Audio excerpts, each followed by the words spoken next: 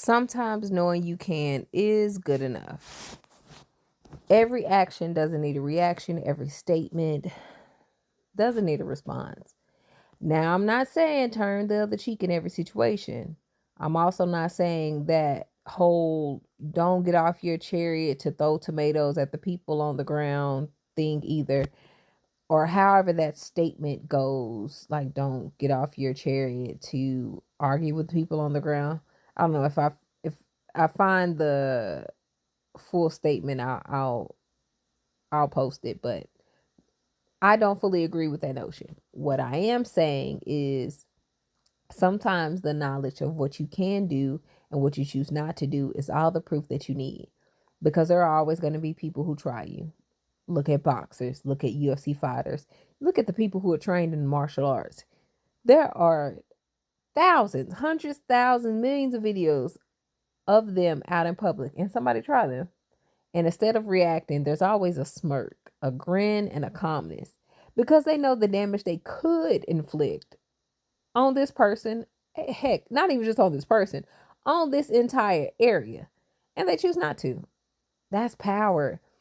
And no, most of us aren't born with that level of control. That takes time, patience, and skill. And maybe that's the scarier part of this, is because it's like it took them time, patience, and skill to achieve that. What were they like before? Anywho, I digress. Should we aim for that level of restraint? Absolutely. Do we have it right out the gate? Majority of us probably not. Now I ain't gonna lie to you. I know me. I'm probably not one of the people. I'm working on it though. But that mindset that they have definitely applies to everyday life as well.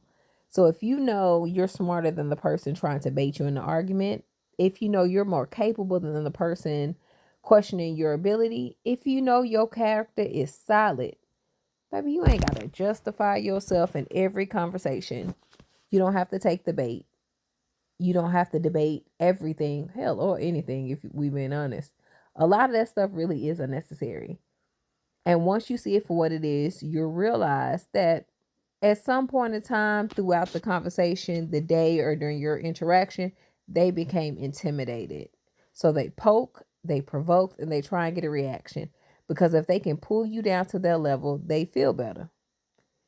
And yeah, this is where that Michelle Obama quote comes in: when they go low, we go high.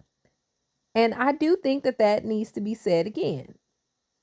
However, again, I'm a very honest person. I'm not perfect. Never have been, never will be. I'm also not an evil person. To be honest with you, I don't even know if I'm a good person. But I do try and be a decent person every day. And with that being said, I'm not always the one, as I mentioned before. When they go low, I go high. Or I say you should go high. Because I still believe there's a time and a place for everything. And sometimes when they go low, you gotta channel Ludacris and ask, how low can we go? How low can we go? Anywho, I digress. Y'all have a good one. Bye.